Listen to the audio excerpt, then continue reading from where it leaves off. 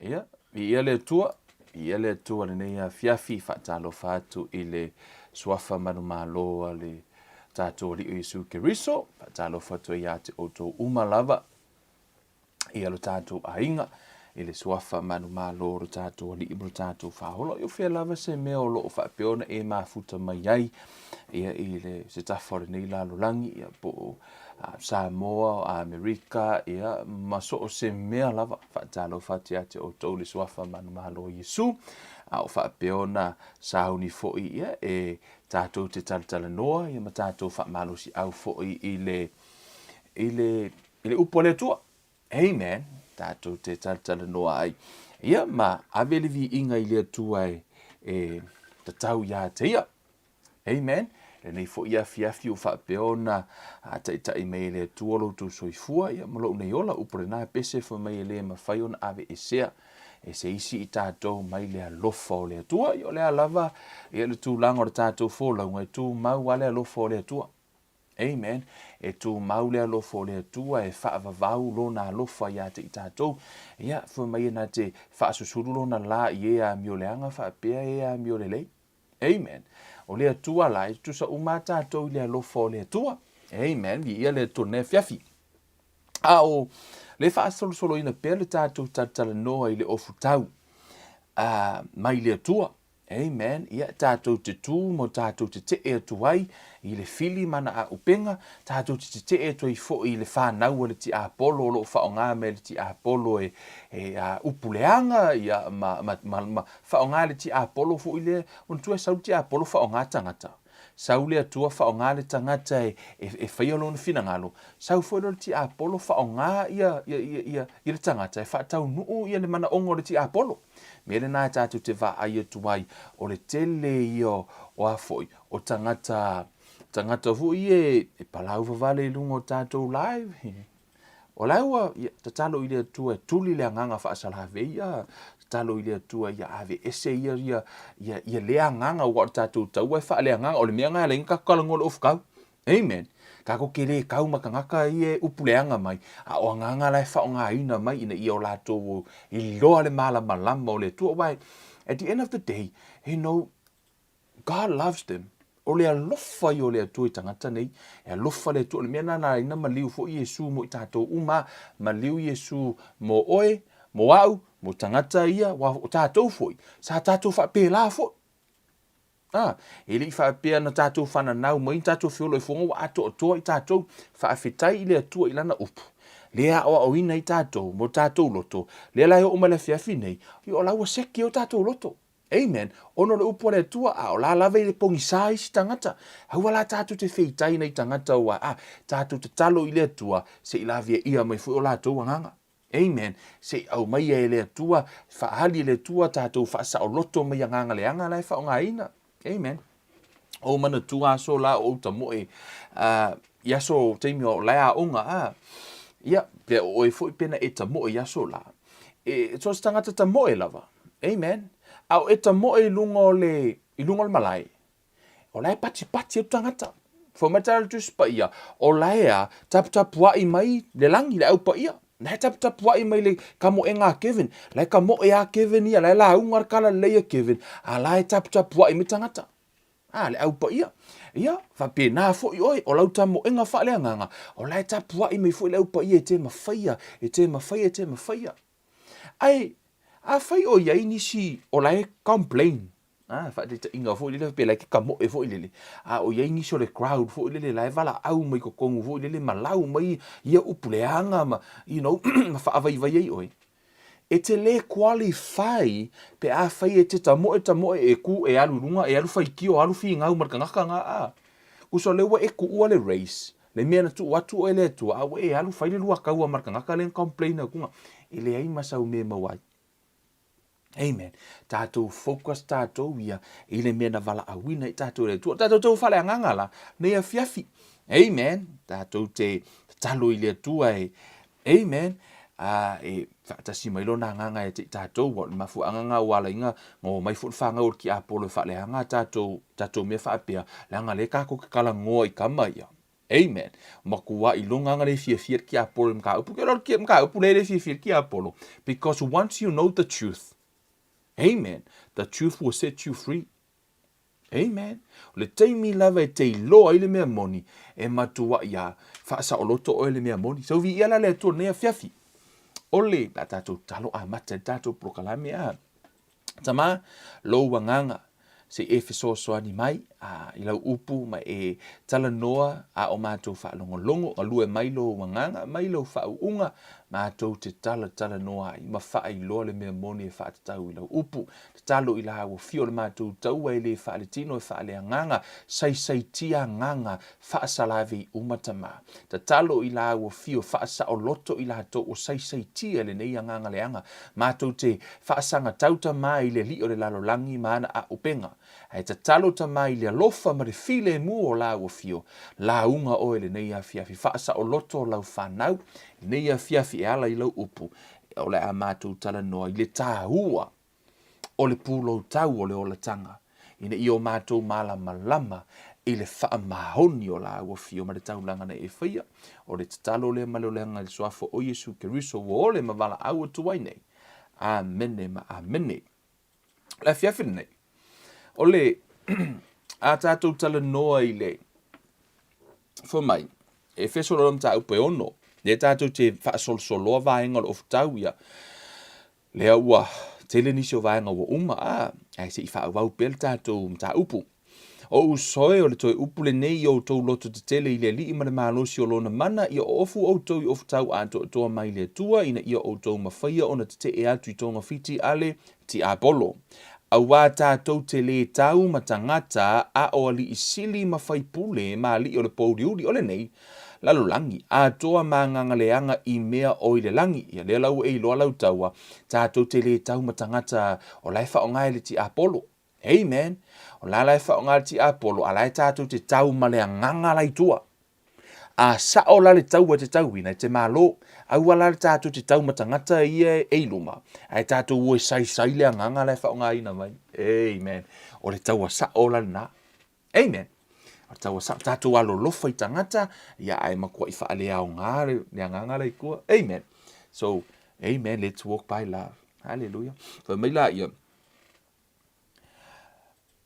O le mea lea, ia outou tango ai o futau ato toa mai lea tua, ina ia outou mawhaia ona te tee atu pe a o I le aso vali. Pe a uma ona outou whaia o mea uma, tau te tutu mauai lava. Ole nei, I nā tutu mauia outou o fusia outou sulu ngā titi I le whaamaoni, ia o ofu foi outou le ufi whāta whata o le ami o tonu. Ma ia whaase e vai outou I vai, ma ia whaase e vai ina outou vai I le sauningo le tala le lei o le file mu, ia whaopopo I nā mea uma. Ona tango atu le tari pupuni o le whaatuatua, to te mawhai ai ona tinei o uwhana mu umalava a le o lo o leanga. Ia outou I loa, ia ua umana tātou whaasolo, ia lela a wha umar tātou tari pupuni o le whaatuatua, wa o le whaatuatua, le outou I loa, ko kiki awa ia so umau te alu ama utala no le whaatuatua, resi tātou atu isi vaenga ia wa o le whaatuatua, ia umangi kausanga, kako keo mai ia le whaatuatua, so it's like e continue an tātou mta upo le whaatuatua, si tātou mei atu le si vaenga o lea, o le tātou oftau, ina ia mawhaifu o le tātou I loa afu mai, ma ia outou ave le puloutau ole Olataga. Amen. And take the helmet of salvation. And take the helmet of salvation. For mai le Passion Translation, for mai, embrace the power of salvation or full deliverance. Amen. For mai ia e whaataua ina le mana o le whaolatanga po o le whaasaolotonga atoa lava. Full deliverance. Amen. Tusa o le puloutau le tala no iai. O le puloutau o le olatanga po le puloutau o le whaolatanga, the salvation. E tatau ona e malama le lei. E tatau ona e loa le lei. Po o le ale puloutau. Po o le ale whaolatanga. What is the gospel? O le ale salvation. Amen. Ona for me le tala tuspa ia embrace the power of salvation, full deliverance. Po ole a mana ole a foi. Ole whaolatanga. Whaafewheo na e loa le mana o le whaolatanga ai e te le malama I le whaolatanga. O le ale mea ta o le whaolatanga. What is the gospel? O le ale mea ta o le tala le lei le whaolatanga. Ona a e le malama I le whaolatanga o te whai atu ia te oi o lau tamo e ngai in vain. Ona e tatau ona e loa le whaolatanga. O lea lama so o mai le tātou mata upu about salvation. I lea for faith. Le no whai atu your faith in Christ is precious. E tā ua lo whaatuatua ia ke riso. Ai se ale mea wala I ona tā ua lo whaatuatuanga ia ke riso. Leo foi mai I, leo so o mai mare puloutau. Lea la tātou atu e so o atu le tātou mata upu. I le tā ua foi le tala noa le apostolo. I lea, puloutau le Olataga. Amen. I te tonu le tusia Roma. Roma lona mata upu e mua. Amen. Roma lona mata upu mua. Foi upus fulu lima. Ma luas fulu. Amen. Foi mai. O le mea lea, o te nau ai, ia o fola le tala le ia te o tou foi o Roma. Amen. Awa o te le ma I le tala le ia ke riso. a wā o le mana lava lea o le atua e ola ai I lātou uma o e whaatua tua, e mua le iutaia, a toa ma le eleni, a wā ua whaalia mai, a I le ami o tonu o le atua I le whaatua tua, ina ia whaatua tua ai, pei ona tūsia, e ola le tangata ami o tonu I le whaatua tua. Amene. E tā ua la le tātou ma tā upu o le Puloutau ole Olataga po o le tala le lei le whaolatanga. Ona o I, whamare tala le tuspa ia, o le atua e le o I o se atua o le whaasoe sa. He is not the God of confusion. E le confuse le tusipa ia. O le leia po o le vai tonu wino le tusipa ia. E alai ona confuse. O te le o whai atu, wa ato atoa sa wa o onga. No, I'm not saying that. E meo te le lora tuspa ia. Ai o le wingo la utala, e le confuse le tuspa ia, e confuse tātou e whaitau le tuspa ia. Ai a tātou whaatanga ina le anganga o le atua e whaamatala le tuspa ia. You know, through us. Amen. E se le matongo fie, fo mai le tala le tuspa ia le whaiupu na te sila mai ai. Fo mai le tala a Roma, fo mai le tala a Paulo, o le mea leo te nau wai ia o fola le tala le ia te o tau foi o I Roma, a wā o te le mai le tala le ia Keriso, a wā o le mana. Fo mai o le mana lava leo o le atua e ola ai I lātou uma o e whaatua tua. Amen. E mua li utaia a toa ma le eleni, fo mai whai upo e sfulufitu, a wā ua whaalia mai ai le ami o tonu a le atua I le whaatua tua. Fai mai lola ia, ina ia whaatua tua ai, pei ona tusia, e ola le tangata ami o tonu I le whaatua tua. Amen. O le Puloutau ole Olataga po le Puloutau o le whaolatanga, e tatau ona e malama po o ai e te whaatua tua I ai. Amen. O ai e te whaatua tua I ai. O le tāua le nā o le Puloutau ole Olataga, ia e loa po o ai e tuu I ai lo whaatua tuanga. O le ai, ia, tangata ia tātou e a mata malatuspa ia, ia tangata ino ia atamu. Atamu, ka solo mai ai, ia, in tangata le whaatua tua atamu, ia e noka, ia o ai o Noa, Abrahamo, wha solo mai ai, Abrahamo tamala o whaatua tua, o Mose, ia o Elia, Elisaia, ia Tavita, o tele o tangata leito tono le tuspa ia, the heroes of the Bible. Tangata lau I loa le tuspa ia. Amen. Se e mai fo ila I tantonunga ese ia o lai e tangata ino ia pura. Ia, to telefo tangata murumuri ia pura. Tangata ino ia Mohammed. To telefo tangata murumuri ia Mohammed. Amen. O le fesili, o ai e te maua I ai le whaolatanga. Amen. O fea o e maua ai le salvation a toa lava, le whaolatanga a toa lava.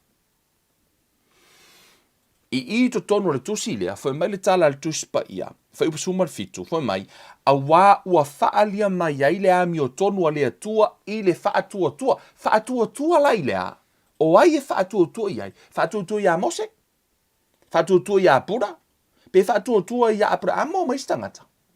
No, matua I manino le tuspa ia, fai mai, ina ia a ta o ami o tonu I le whaatua tua, ina ia whaatua tua ai, pei ona tusia e ola le tangata ami o tonu I le whaatua tua. Whaafewhea ona tātou wola I le whaatua tua, pe a whai tātou te lei loa po o ai e whaatua tua I ai. O e mua mena le atale tau wharitunga. Ta tau ona iai se tangata e te whaatua tua I ai. E te le whaatua tua ia Mose, pe te whaatua tua ia Abrahamo, pe te whaatua tua ia Paulo, pe te whaatua tua lava seisi pa ia. Le ai ma seisi, any saint e te le whaatua tua I ai. E te le tatalo fo I ai. Amen. E tasi alta ngata lai whai mai, le tala le leile na tala I e Paulo. O le tala le leile na tala I e Paulo, le tatu te whai tau tolu tuspa ia. lai whai mai, o le tala le lei I a ke riso, o le mana lava lea o le atua. Amen. O le tala le lei I a ke riso, o lea la ua tuu iai le wha atua tuanga I le tala le lei le I a ke riso. A wai tele mau tala le lei. Tele yo mau tala le lei, lai fo fi ngau mai le au puda I o le mana I la tau fo ia o ngā puda. Amen. Fi ngau mai le au sink, ia ma la tau fo ia o ngā wha sink, ia fo le au, mau o ngā ese ma la utan tonunga, la tau te wha li liwina hai, o la fo ia la tau atua. Ai anu te wha longo ia o ngā lau vaenga ngā, ue wa ia tunga, o le toa tele o tangata I a whai pisinisi, ma tangata o lai maua la tau mea, tele tangata milionea, e leo ni kirisiano. A lai o ia o ngā tangata nei, o la lai a, follow I fo I la tau o ngā, ia ma ola I leo langa le lei. La la to te whaia me le lei wa to telo tangata whai pisinisi o laulangi ma tangata lau I loa. O isi ia tangata lai lu I to tonu a, lai fo wa I tupe ia tunu ufo ia ma whalato whaia I mo meo a ngaruenga le lei mo tangata. Ai ole fesili, a uma leo langa e sao lai le langi. Le la tato wa uma e tali me le tuspaia. Amen. Peo no whai atu, wa uma na wha manino mai e le awa o ngā paulo. Le tangata e tuu iai lo tātou whaatua tuanga, e tuu ia Yesu Keriso. Nobody else. Even the saints of the Bible, tangata pa ia le tuspa ia, tātou te re whaatua tua iai. Laua manino le leile au maino le tuspa ia, vavae mai e le tuspa ia, e tuu le whaatua tuanga ia Yesu. Ona e ola le tangata ami o tonu le whaatua tua, ta taulana Yesu me whaatua tua iai. Oai.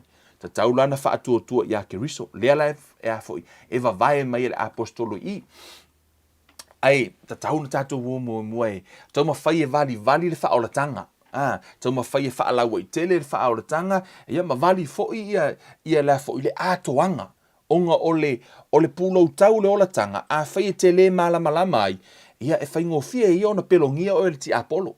Amen. Ia ma whaaseina o le ti Apollo. I tonga fiti le ti Apollo le mau kong fiki o lo whaaseina I tātou. Amen. I tono le mua korinito. O lona mata upu mua. Tātou whai tau whai upu e.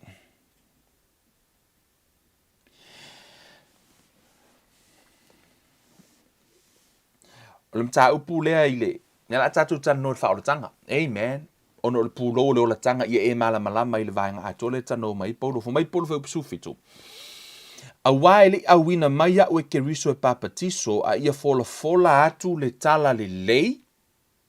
O le poto I upu ina ne I faa lea o ngā ina le sa tauro o Keriso. Fai mai o le poto I upu ina ne I faa lea o ngā ina le sa tauro o Keriso. Se uno fai upule tasi se utaltan no mo fai upule a tātou tele I alu loa. O tele lopo wa e whaalongolongo I awa onga whaapura, awa onga wha Musalemi, ma te tele o maua awa onga ese ae whaalongolongo I nei, o le mānai ia. Lai tala noa mai I mea healthy molo ma fau, fai ala to meditation, fai o le tele I o le poto ma le to mai, o le maua I tutono awa onga nei. Some of those, mea lai tala noa I tangata I, o la fu I tutono le tuspa ia. O le tele I o mea le lei ala to awa onga. O la fu I ola le lei peia ni Kerisiano, le lei o le self-control, o le lei o afoi. O isi telo isi tangata ia, ma kua I sili wha awhea kui leo langa o ngā Kerisiano. Pe ai o langa I ola I tangata nei. E ese le mea lai o lai, e ese le awa onga lai a, e le o le awa onga whaatau ia Keriso. O le awa onga lai, o le awa onga whaamino, a pura awa onga a fui. Ai vai nei o langa lai o lai, e siri aku le o langa les Kerisiano. Me vai Musalemi e whaakorunga kakalo le aso, les Kerisiano e le kakalo e le aso a koa. Mena le te whai atu ai, ese le afoi. Le la tano, ma le afoi, le apostolo I, foi, o le tala le lei lea. Na vala awina na I e fola, foi o le tala le lei, e le o le poto I upu. Amen. E le o le poto whaalaulangi e pole le leo upu efa mai, ina nei whaalea o ngā ina le sā tauro ke riso. E iai le mele mita i paulo i, o le tala le leo le Puloutau ole Olataga, e iai to tonu le ato le sā tauro. The cross. Ai se a le mea la ina au mai e paulo le sā tauro. E mai e whai mai ina nei whaalea o ngā ina a foi, le mata upu ia po o le au le whaatatau le sā tauro. Foi mai foi upu sumalvanu. Awa o le mata upu i le sā tauro, o le valea lea i e o malaia, a o le mana o le atua ia te i lātou ua wha hola ina. Hallelujah. Foi mai, o le mata upu le sā tauro, o le valea lea i e o malaia, a o le mana o le atua ia te i tātou ua wha hola ina. O le wha hola tanga, o le tangata mai le, ma le tu outou, e tele i o mea na foi. E le whaolatanga o le tangata o le tele i o vaenga o le whaolatanga. E le ngata o le angasala, o tātou mai, o tātou o le mativa, o le maasiasi, o ti whaaleanganga, o le tanga lau watu mea umalava.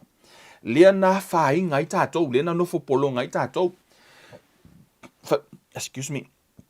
Whamaritala tuspa ia, o na whaalava ua malolo ai tātou. Right?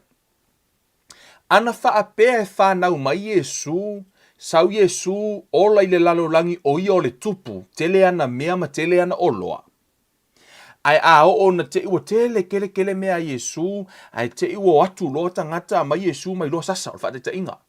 A whaila o sau Yesu o na whaalava laua sasa, o lala wa totongi o tātou mai. Man, laua totongi o tātou mai i whaalava o Yesu. Ai o lai ola Yesu e peio, lai tele ana mele lalolangi. E le i whaamativa ina la Yesu, pe a whaius whaate inga, lai ola mau o Yesu. O lona winga, e le i toto ngia la lea, ia louta mau a inga. Wale upartuspa ia, whai mai, ua whaamativa ina o ia whaamau oloa ina i tātou. Lona winga, na whaamativa ina Yesu, o le whaamativa ina o Yesu, o i nasa totongi ai lea, ia louta mau a inga, ia whaamau oloa ina o e lea tua. Amen. Ana whaapea lai le whaamativa ina Yesu, e le eise totongi ngoloa, o lou tamau a inga. A o lea foi la ua whaapea ona whaalava, na totongi lai nā mai. E le totongia mai o tātou tino, ina ua whaamativa ina Yesu, ina ua whanau mai Yesu le whare povi. E le i whaapea ua whaamativa ina ma maua lalo le mea na sau a Yesu, ona o ke meki ala ia ona totongi lea, totongi o tātou mai. No, sa tatau, ese foi le totongi ino le mai ia. Kusa e pe kusa le leia, a whai o oes ka ngaka e ngai keringi au long. O le loun war ka avale, o lo fale, o lo, lo ainga, o lo mokesi, o me po a umangi loun nei ngei. Ese uma pe menge alu loun ngei.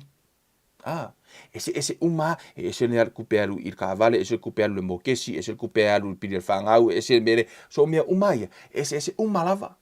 Ese lona tutongina.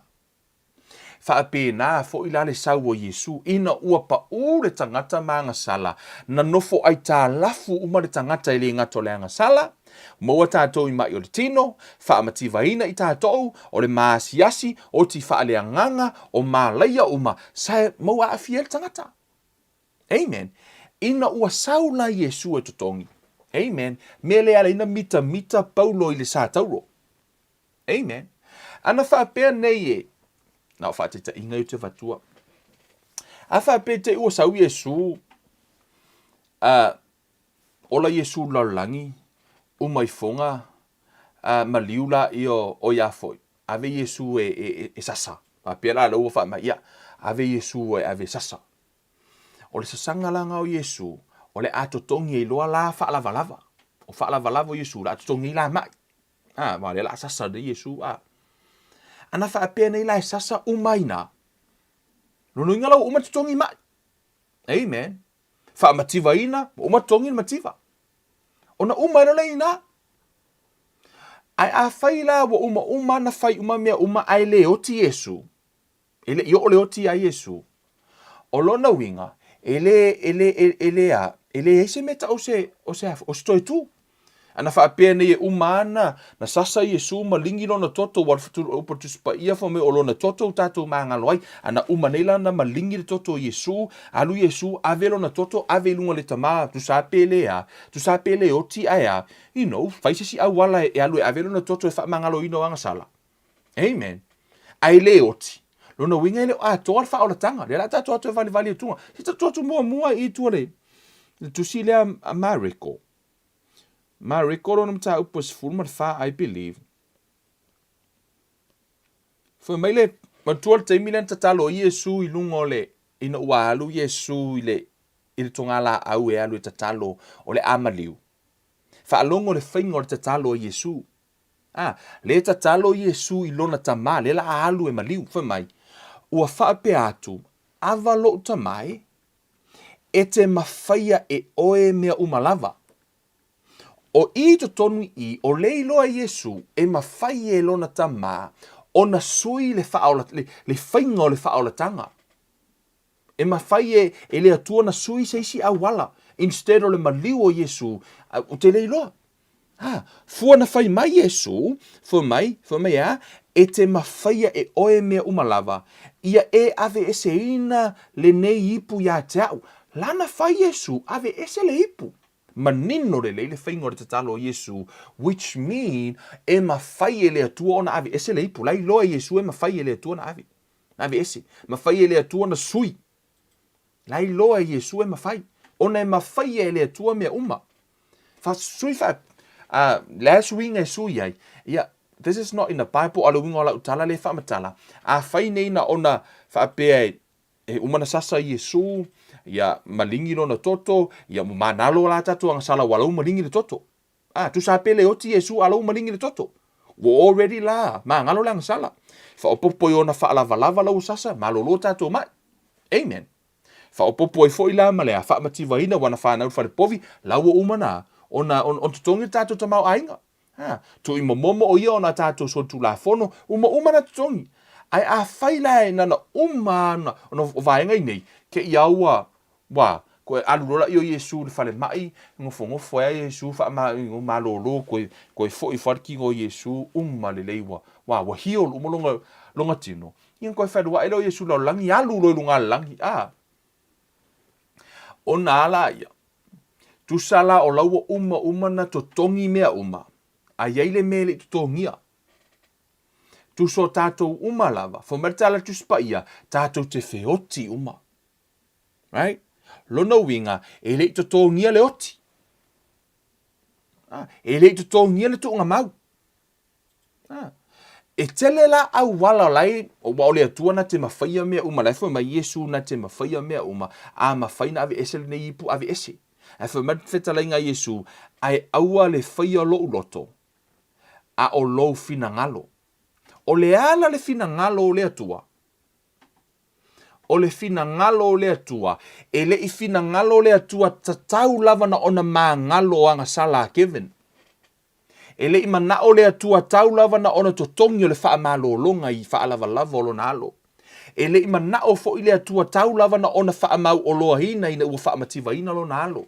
E le I mana o le atua wal upa tuspa ia fo mai na wha tau waa ia te ia le maasiasi ono le wha moe na iona lunga. E le ia na totongi fo I le atua le maasiasi o Kevin.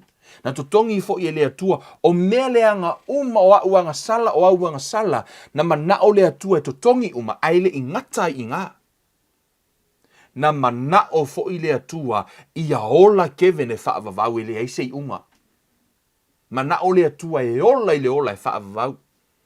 O le mea le nai ala ina foi mai le tala Paulo. Foi mai, embrace the power of salvation, full deliverance.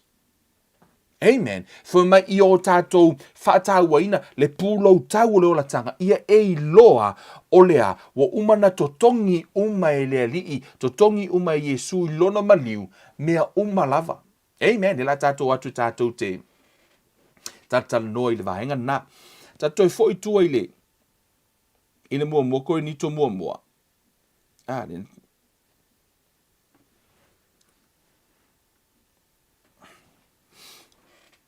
Ngale tātou te tatana noa ai. Tātou mai, maenga umo tātou tino, mua koe ni to nam tā upasuma 5. Hallelujah. Whamaile, mua koe ni to nam tā upasuma 5. A wae whaapei o na oti uma ia a tamu, e whaapea fo i ona whaolaina uma ia Keriso. A wā whaapei o na oti uma ia a tamu, e whaapea fo i ona whaolaina uma ia Keriso. O tātou uma lava, e maafua o na tātou whioti, o na woti a tamu. Excuse me. Ona la o tātou le, tātou te sau lava i le likeness of Adam, tātou te whioti umala. Nona winga, ana ma whaapea la na ona whai ar whaolatanga tutongi mai mativa ma mea umalama tutongi Yesu, moto e alu Yesu ai le oti. E le o i lunga le sātauro. Nona winga la ea, e le ma whai o na ola tātou le ola e whaavau. Mea foile na lai lava o na alu lava o le tumutumunga leo le mana o le atua. Na mana o le atua awane i tauna ona totongi na o sina vaenga. But he paid in full. Totongi a toa. Hey man. Why don't you ti lungolo lima ma whaftai i le atua. Na ia totongi a toa hina lava. Le ai maska mai vaenga o lau ai kālafu. Ko kongi paid in full. Amen. Ele I whaise down payment for le ale atua e ngā o singa me deposit ai oi. No, he paid in full everything to tongi a toa lava. Whai le whai upu. Ai peitai e to atasi malona lava tofi o le wha polo a Keriso lea muli ane o e o ia Keriso e toi tutu I lona fio mai. Amen. O no o ai lea I le ngata anga e tu uina atu ai e ia le malo I le atua o le tamalea pe a uma o na wha umatia e ia o ali isili uma, ma whaipule uma, ma e malolosi. A wā tātou, a wā e tatau o na pule o ia, se ia tu uina e ia o na fili uma lava I lalo o na vai. Whai maila I o whai upo e lua ono, o le toe fili, amen, e wha umatia o le oti lea. Fo mai o le toe fili e wha umatia o le oti lea. O laua uma o na wha umatia Yesu le oti. Mantua o tau lena toe tu mai Yesu. La laua wha to I lalo Yesu le oti. Wato tongi e Yesu le oti mo oe. Sa tatau lava lana maliu Yesu ina ia toe tu mai Yesu e na te wha to I lalo ina le oti. Ana le maliu Yesu, e le yaise mea ta o se toi tu.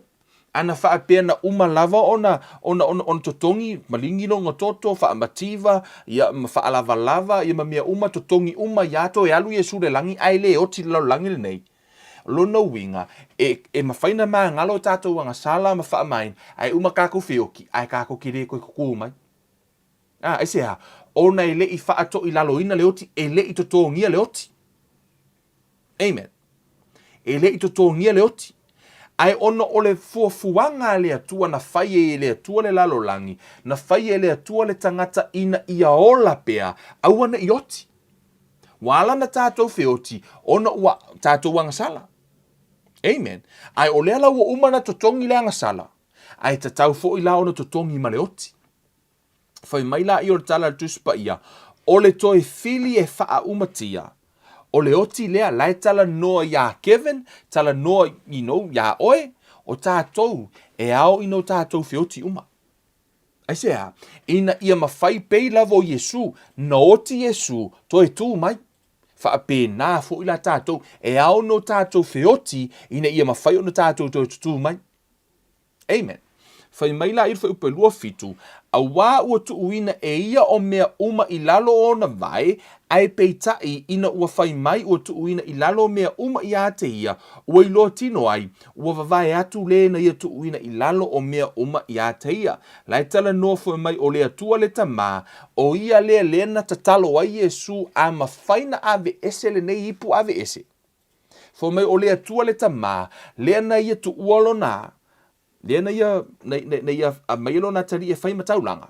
Amen. O lona fina ngalo, ia tango tu mea uma, na te avea uma i lalo o vai o lona atali. Whai mai o tala tuspa ia, na o lea tua le tamalava, e na te lea, e le iai lalo. O ia tu ua i lalo lona atali, a e le iai lai lalo o le atali i le atua le tama. O le atua le tama e iai lalo Yesu, lona atali. Amen. Le atua le tama, le atua le alo, le atua le anganga. Amen. E le sau le atua le tama i lalo lona atali. No, o le atali e lalo o lalo lona tama. O le oda le na le atua. God the Father, God the Son, God the Holy Spirit. Amen. Feo atu, manino le tu spaia. Manino le tu spaia. Fe mai la il fa upo lima tolu. Awa e tatau ono ofu o le nei tino le tala noa lava i le oti. Marito e tu. Marito fo le tatu tanu le aso le te nei a o nga fa te moni. O nga ia foi mai wa umarito e tu. Amen. A le kakau lamon ka koe kua fa mai lai. Awa e tatau ono ofu o le nei tino i vale i le tino o la pea. Ia ofu fo i le nei tino oti i le tino le oti lava. Pe a ofu fo i le nei tino i uvale i le tino e ola pea, a ofu fo i le nei tino oti i le tino leo ti lava. Ona tau nuu ai leo le upu ua tūsia ua faa umatia leoti i le manu malo. Ua faa umatia leoti i le manu malo o leoti e tatau ona faa to ilalo. Amen. E o mali te nei, la lava e fai plastic surgery a to telo tangata, fa pe ki nga mako ku ko inga. Ai ka ma fai lava fa ma fola folinga, fa pe ai fa ma fola e mi ana ola. Ele ai se ola pe ai se ele i ma fai se tangata le lalo langi le nei, na fa to ilalo le oti na o le to atasi tangata na ma fai na fa to ilalo le oti. Na o Yesu ke riso. Na o Yesu ke riso. Fai mai la ia. Le oti o fea o iai lo tui, le tuunga maue, o fea o iai lo manu malo, o le tui o le oti, o le tui o le oti, o le angasala lea, o le malosi foi o le angasala, o le tū la fono lea. Amen. Tau te iloa ana lea ise tū la fono e le ise angasala. Neta noi foi le Roma, tu se Roma, nai foi mai ile a foi. O ta uanga sala ina i tātou ono le tūla fono. Kusala ono le tūla fono. Wala ai ona tele le anga sala. Wafu ile mwhene tātou ki pinga tūla fono. A whai te alu atu i lunga se awala. Whapio se awala o lai te alu i lunga aile o iai se tūla fono i lunga tau tu i ate oe o le awala le te tauna torsu lima a maile li tūla te alu ai. A whai o le alava le masau o lau ta avale te alu i lunga le awala le na. Ai te ua ta aufi o se leo fo mai ua overspeed lau ta avale. Ele mawhai ele leo na wha sala oi, pe a whai ele o yeise tū la fono. Right? Ai sea, tu sa lava pe ke alu le korse lau maila li ku rai runga la walanga, a whai ele o yeise tū la fono, e te le o sala la. Ai sea, ona ele o yeise tū la fono. Fato a e sala lava, ona ua tu watu le tors fulu lima, a lau alu lau ta vale i le fitus fulu maila. E mafua la, ua e anga sala, po ua e sala i tu la fono, ono la ua ovale alu o lau tavali. Ai a whai ele eisi tu la fono, kusa lava po le alma sau o lau kavali, ele ai la sau sala. Ai sea, ono fo ele o eisi tu la fono. E mafua la na tupu le anga sala, ono lau ua yele tu la fono. Ai a whai ele eisi tu la fono, ele i fo ila se anga sala. O le tu la fono la, le na mafua ina tupu tele le anga sala, le ala etana no ele tu se Roma. Foi mai o lea, foi mai o le malosi foi o le anga sala, o le tu la fono lea. Na mafua o na maua lunga, malu lunga le rating o lea, o mo meo anga sala tangata, o no le tu la fono, wale mawhai tangata nga keep le tu la fono. Amen. Foi mai la ia, ae whaafetai i le atua, o le na te foa ina mai le manu malo, ia te i tātou, talulo tātou a lii o Yesu Keriso. Amen.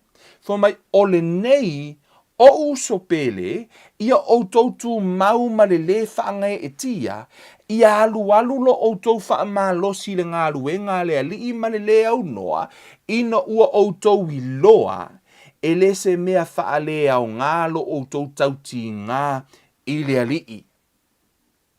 Amen. e le o se mea faa lea o ngā, lo tau ti ngā ile alii. Amen.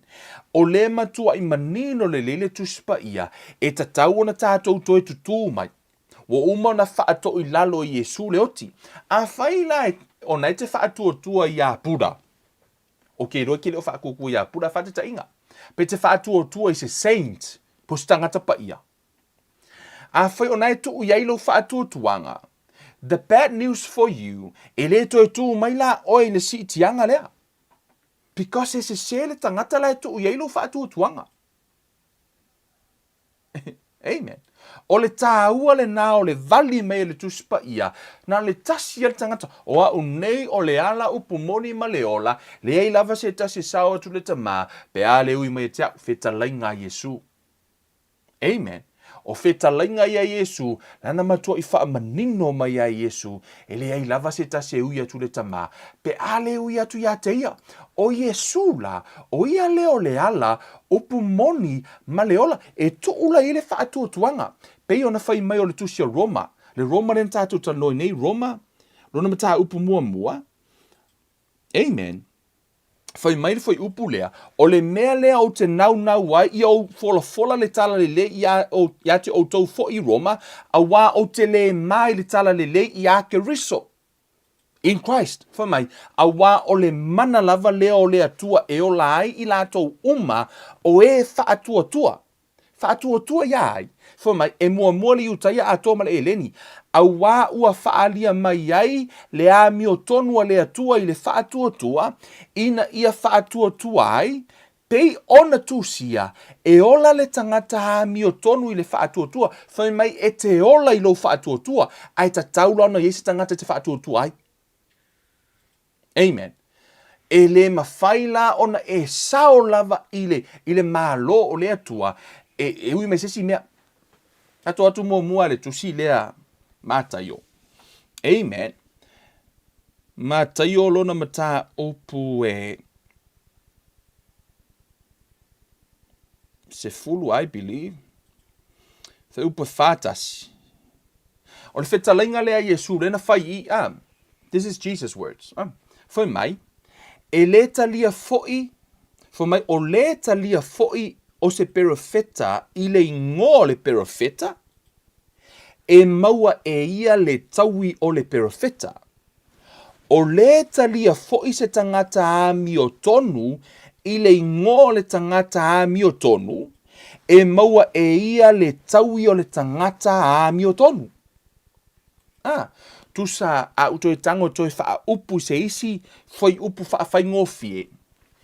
Ia, a whai e te talia ina le perofeta, a whai o le perofeta lai la unga tala le lei, a laua e talia ina le perofeta, ua e talia ina le perofeta, foi mai la ia, e te maua whaatasi le taui ma le perofeta.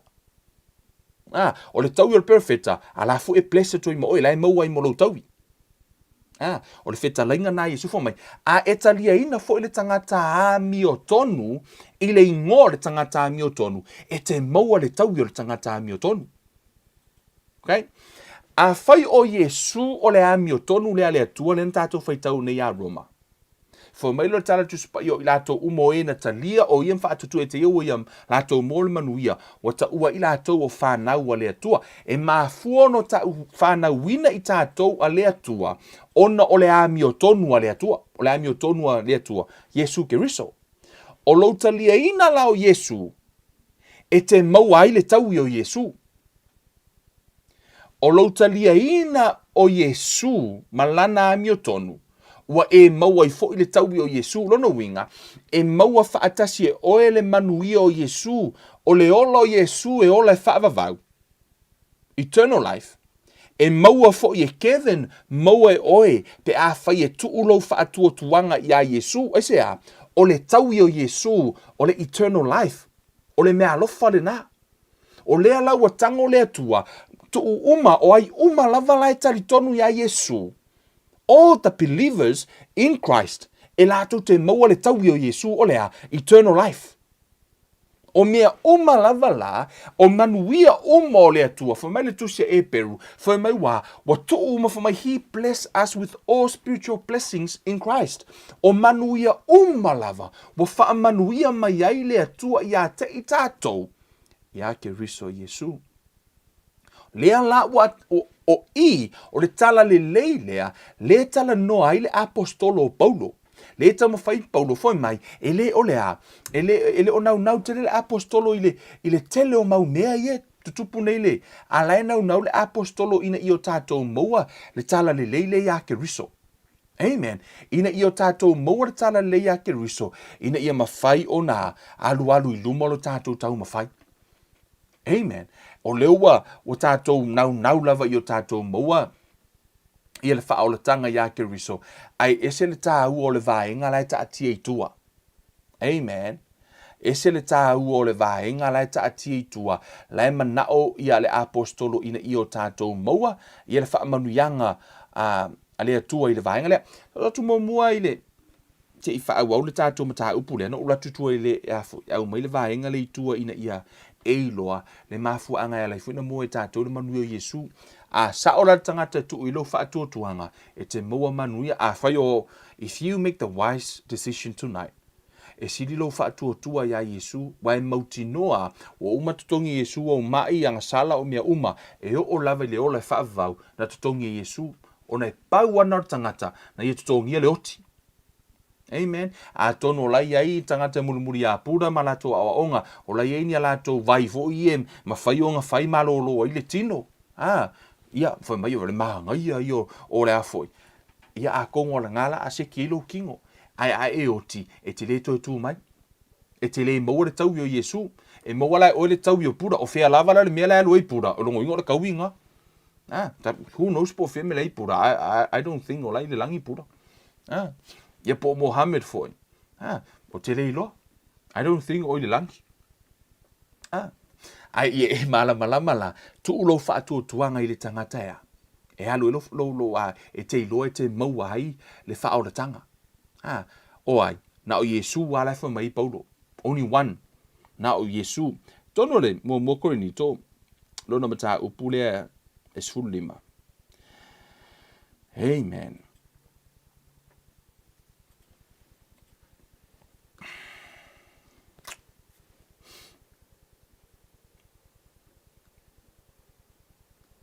Hallelujah.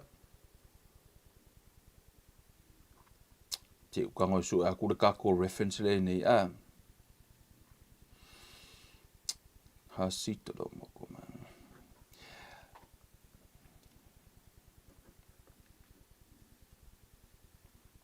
O le mata upu le sa tauro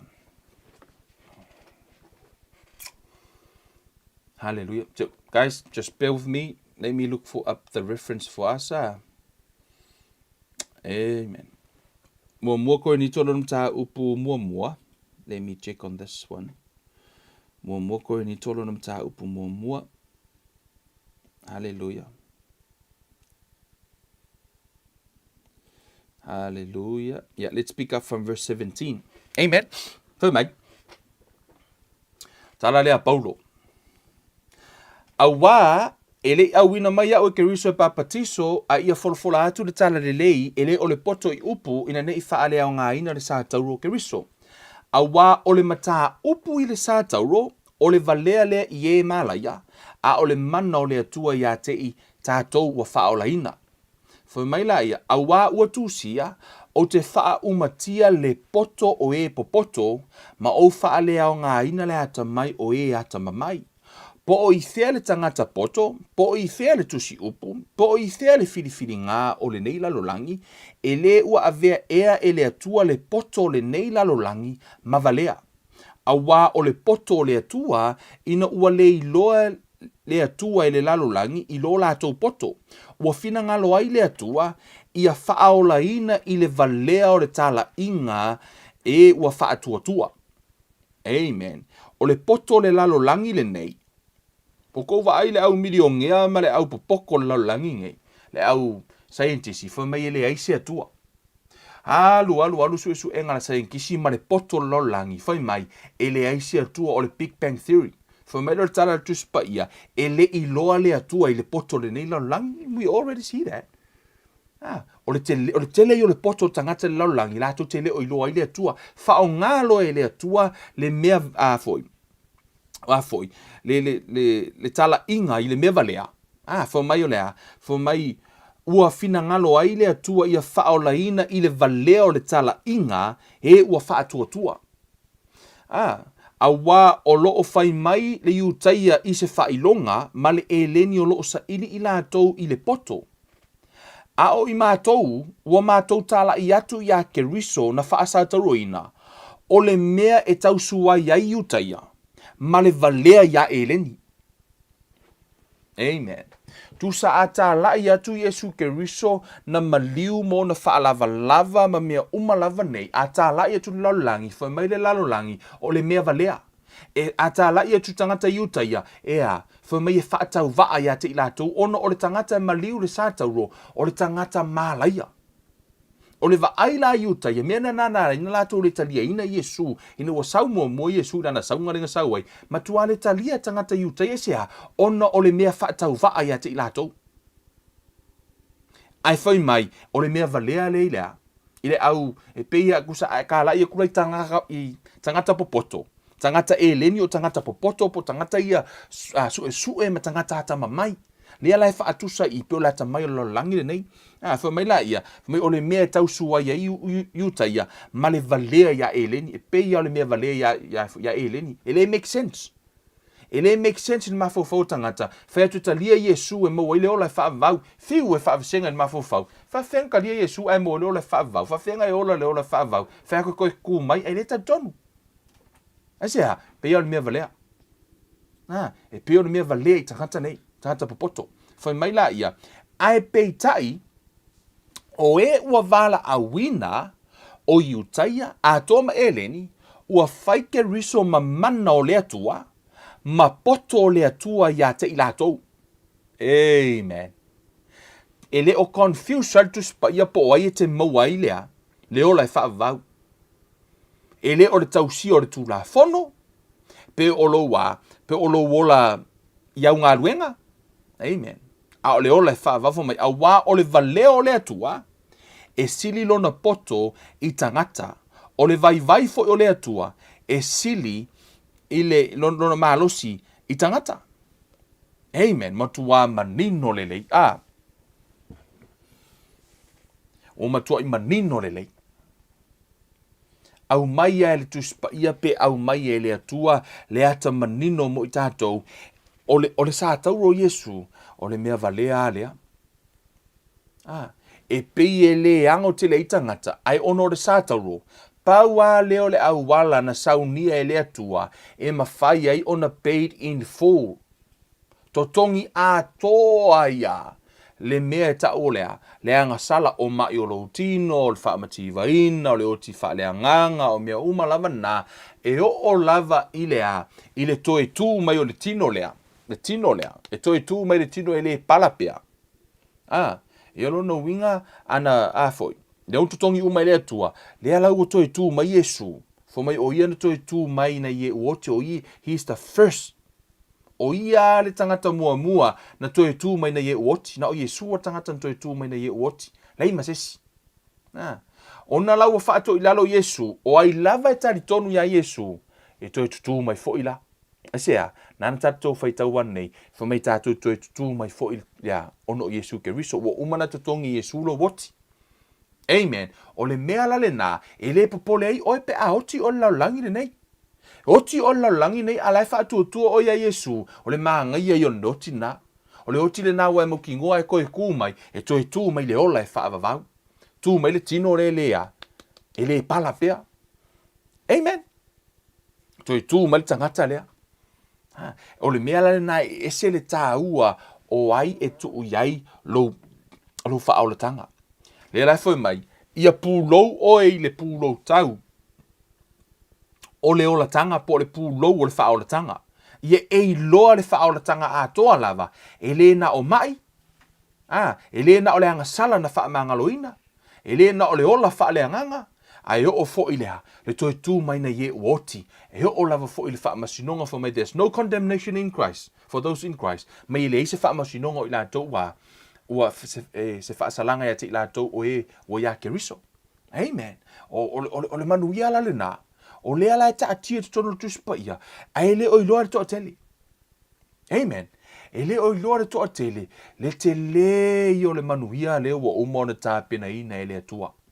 Amen. Te leo le manuia ua umona tā pena ina e le atua. I le whai upu e lua valu. Amen. Hallelujah. So ta no mo to le whai upu e lua fitu ma lua valu. Let's skip 26.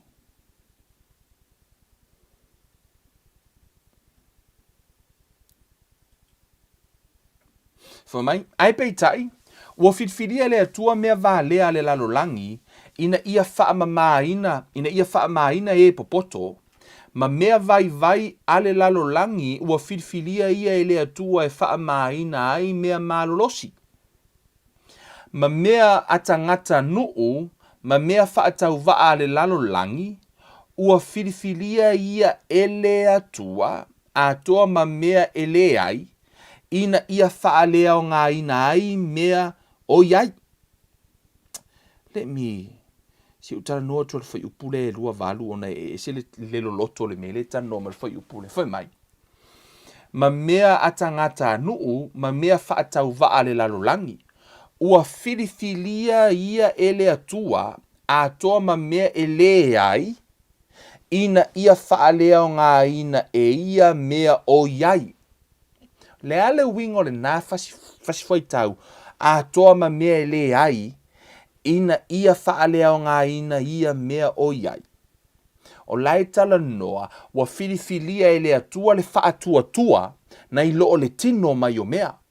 A o nei na tala noa atu Kevin i le whaatua i le atua, te malolo yo mai, e le ova aia o mata, a whaalongo tangata le talitonu, o le a, e le ova aia o na mata, o le mea valea. A ele o filifilia la ele atua me va aia o mata, na filifilia ele atua lo whaatua.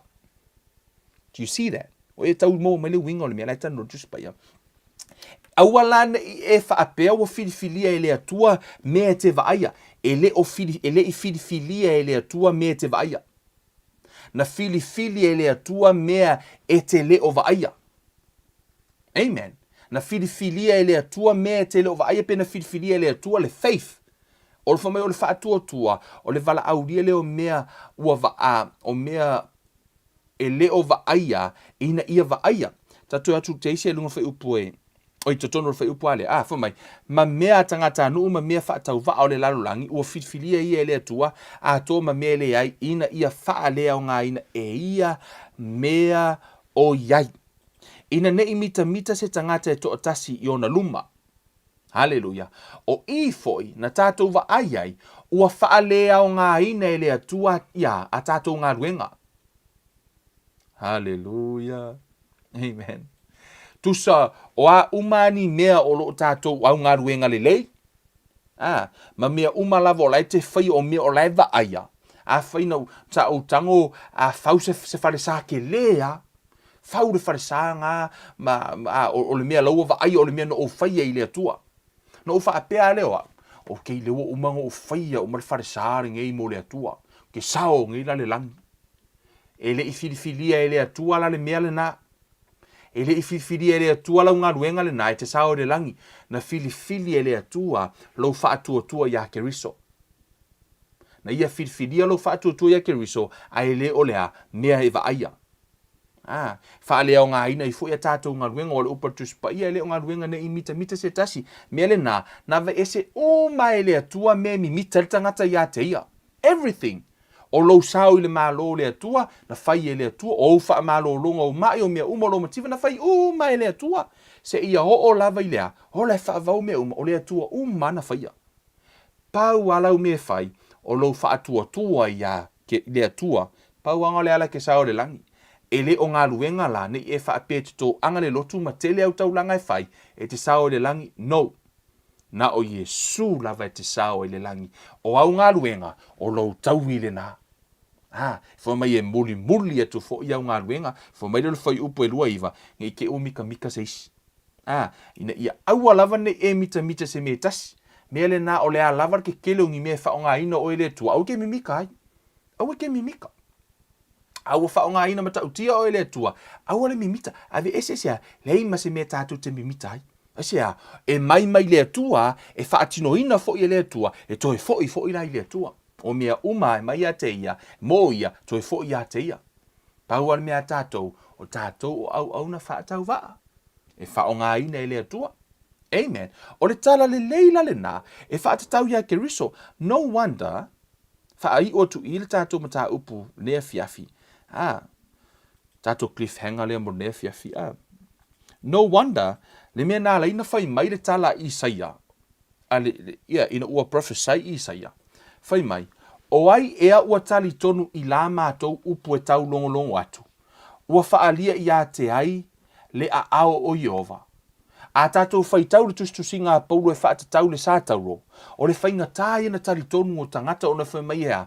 O le mea whaatau suwai e le au iutaia. Aia, ai whai mai o le mea valea i le au eleni. E whainga tāla na tali tonu tangata. O le mea whola nai le vaaya Isaia. O ai e tali tonu i lea tala. O ia la tali tonu i le tala le la tala i atu. Pe a mātou tala no atu ni mele tupu e Yesu. Fa solo mai lo lisi foi mai. Na tupu a e o ia e pei o se tā tupu i ona luma, e pei o le pongai i le nuu nau mati, e le au le lei pe la le lei o ia, a tātou vava ai a te ia, le aiso na mātongo fie, ina ia tātou mana o ia te ia, e le o totono le tuspa ia, lai tala no le tuspa ia le au le lei o ki Apollo, malonga ma malu man maka uki o ki Apollo na, sa fai e le atua, lai tala no le au le lei o ai, o ki Apollo. A ele o tala no le tuspa ia se au le lei o Yesu. Mea le nai wha mai ai, e o ai, e tātou te le mana na o ia te ia, pēr tātou wa ai ai, tonu e pasi fo Yesu, o le whaatau wa ai le wa ai tangata. O le whaatau wa ai, ele i mana na o le i tangata, ele iso na au le lei, wha mai la ia. Ua ino sia matu la fo ino o ie tangata, o le tangata whaano noa ua maasani fo i maritinga, e peise i ua alo ese mata i a te ia. Ua ino sia o ia ma ua la tau mana tua lava o ia. E moni, wana tau ave o tātou tinga, mana tau ave o tātou whaano noa, a ua tātou manatu o ia ua taia. Ua fasia e lea tua, ma ua whaatinga ina.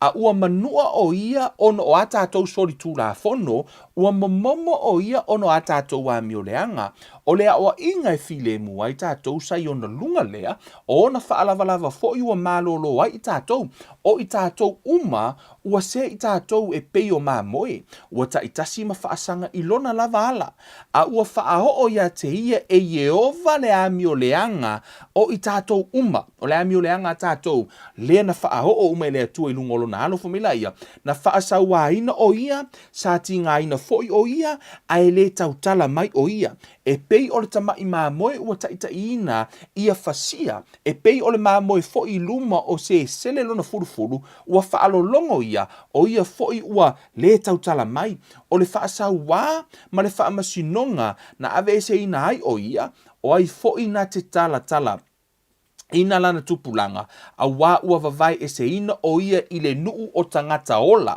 na taia o ia ono o le soli tū la fono a lo nuu. Na tō fia o ia ia whai lona tuunga mau whaatasi mai e pango tata, ai peitai sai le mau oa ina ua maliu, a wana le whai o ia se whaasauanga, ua le ai fo i se pepelo i lona fofonga, a ua fina ngalo Yehova e tu i momomo i a te ia, ua ia whaati ngā ina o ia pe a whai na te whaia se taulanga moanga sala, ona i loa le e ia o lana whanau, e wha leva ina o naso, o le fina ngalo fo i o Yehova, e manuia le i a te ia. Ona o le ti ngā olo nā nganga na te iloa aila na whanau, e malie ai o ia, o le malama mai a te ia, e ta wāmi o tonu ina ai tangata e toa tele, e lau au auna wāmi o tonu, a wā e tau ave e ia la tau wāmi o leanga.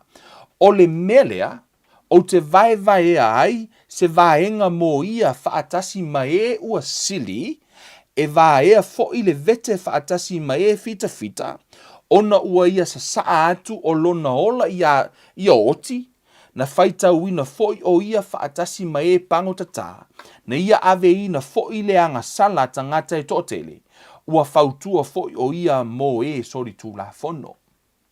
Amene. Na ua faitau atu le prophecy fa'atatau ia Iesu. Amen. O ia o le ami o tonu le ale atua. I le lalolangi atoa o le tasi al tangata lai fa mai le tusi a Roma ia tu iai lo fa'atua tuanga. Na o Iesu. Ma ngalo wanga sala ma e maua ai le ola e fa'avavau. O le pulou le na o le olatanga. O le pulou le na o le fa'aolatanga e ao ono o tātou wa ia teulo ma faufau e le ai lava se isia e ave e se alau Iesu. Peo no fai atu. Your faith is precious. Matua i tāu fi mau ia Iesu. Au e te tāu fi mau o lista ngata. E kāu fi mau le ngō lako e kālesia. Ai le kāu fi mau ia Iesu. A fai poka ka ngaka ia Iesu. E le ika lesi. E fai rola se kala se si lako e kālesia. E va aila le mapurotu. E te sao i le ola e whaavau ia Iesu. So le pūlou o le Olataga. Amen. Po le pūlou o le whaolatanga. Ia e la e iai. Ia tuu lo ma faufau. Aua ne lulu ina se isi lea. Le whaolatanga mai a te oe. Tuu ai lo ma faufau. Le pūlou o le whaolatanga. Le sa tauro Iesu. Le o tutongi umai a tātou wangasala. Amen. O le a tātou tara noa i le vai aso i le aso tofi. Le isi vahenga lua tātou pukalame. Aua te misia. Ai mo te minei, e o tātou pulokalame le nā, e whapeo na avatu e toe whaamanatu i a te oe, i lau sa avalinga, ia whapeo na maue oe ia le ola. Amen. Maue oe le ola, maue oe ia le whaatuatua, i le whaolatanga, e ala ia Iesu Keriso. Whaamanuina le suafo Iova, whaafo ilvi inga ia teia, i mea silisili wo ia whaia mo i tātou, le tuan mātou tamā, whaaftaila upu nea fiafi toe whaamanatu, o oi Iesu Keriso le ala upu moni ma le ola, le ilava se tasi sao atu le tamā, pe ale o iatu ia te oi, whaamanuina lo suafa, whaafo ile vi inga i la o fio le atua silisili, i mea uma wa e whaia, tu ma watu le vi inga i whaavavau ia te oi, ia whaamanuina la o fio tamā, i mea uma wa e foa i mai ate i mātou. Whaafetai lau upu nea fiafi, toi whaamanatu, whaafetai Iesu, whaafetai foi, la o fio le tua le tamā, ona na e fili, ina ia totongi atoa le tau, molo mātou whaolatanga. I le tau o mai o mātou tino, ai o foi tamā i le whaatamau ahainga, whaamangalongo o mātou wangasala, o lo mātou wola whaaleanganga, ai o le toi tutu mai na ie uoti ina i o mātou wola e whaavavau, whaatasi mai Iesu Keriso lo mātou alii, mo lo mātou whaola, watu i ai lo mātou whaatua. Tuanga whaafo i le vi inga ia te oi lo mātou atua, nei masa i o i le whaavavau lava. Amene ma amene. Vi ia le tua, tātou pulokalame nā nea fiafi, tātou toe wheloa i le astofi, i le vaenga lona lua, tātou mata upu o le Puloutau ole Olataga, ia po le whaolatanga. Mai a tau nei Kevin Uruiva, lofa tele mo oi, whaasoifua ia.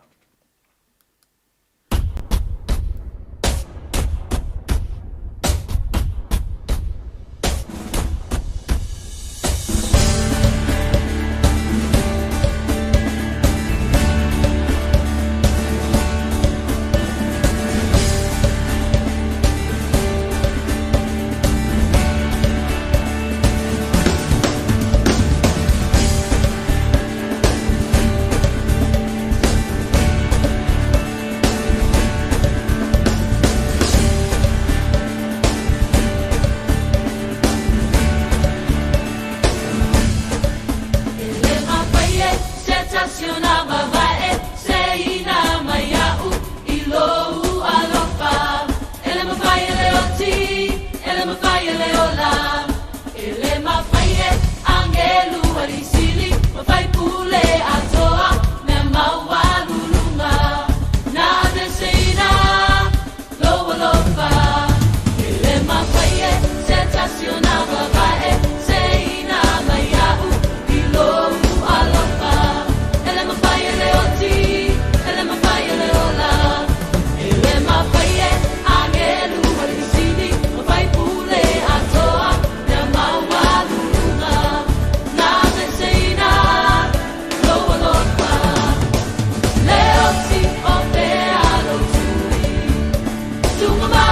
lo manu